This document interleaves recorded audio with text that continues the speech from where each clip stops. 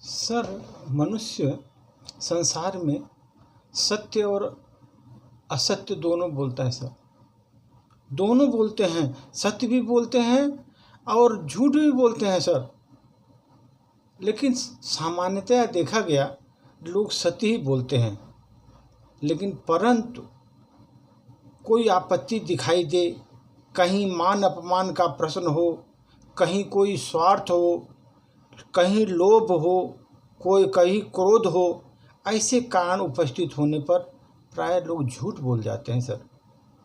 वे समझते हैं कि यदि मैं इस अवसर पर सत्य बोल दिया तो मेरा काम बिगड़ जाएगा, सामने वाला व्यक्ति मुझसे नाराज हो जाएगा, उससे मेरा लाभ जो मिल रहा है वो खत्म हो जाएगा, लाभ नहीं मिल पाएगा। परंतु सब लोग संसार में एक तरह नहीं होते सर।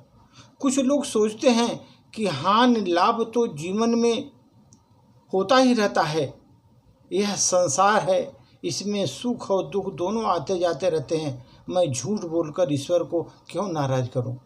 मैं झूठ बोलकर ईश्वर को क्यों नाराज करूं? ऐसा करने पर ईश्वर मुझे दंड देगा और जो लाभ मुझे ईश्वर से मिल रहा है वह भविष्य में मिलने वाला, वह मेरा लाभ नष्ट हो जाएगा। ईश्वर से मुझे कुछ लाभ नहीं मिल पाएगा सर। इसीलिए ऐसे लोग ईश्वर को सामने रख कर ही सत्य बोलते हैं।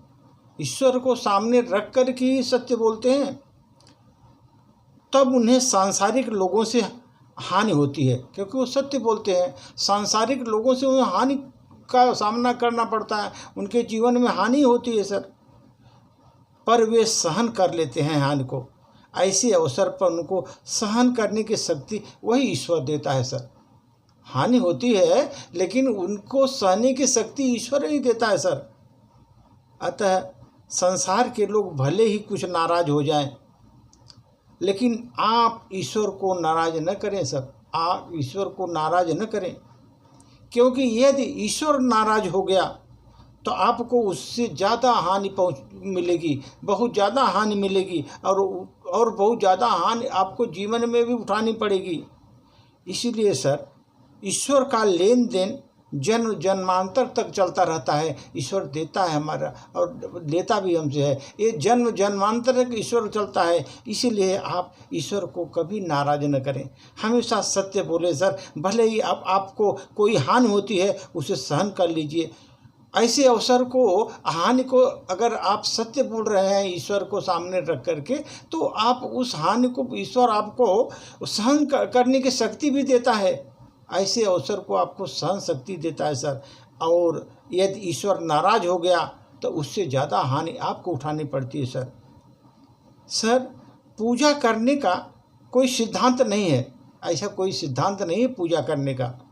परमात्मा है, वह हर उस दिल को सुनता है जो पवित्र और निर्दोष और ईमानदार है।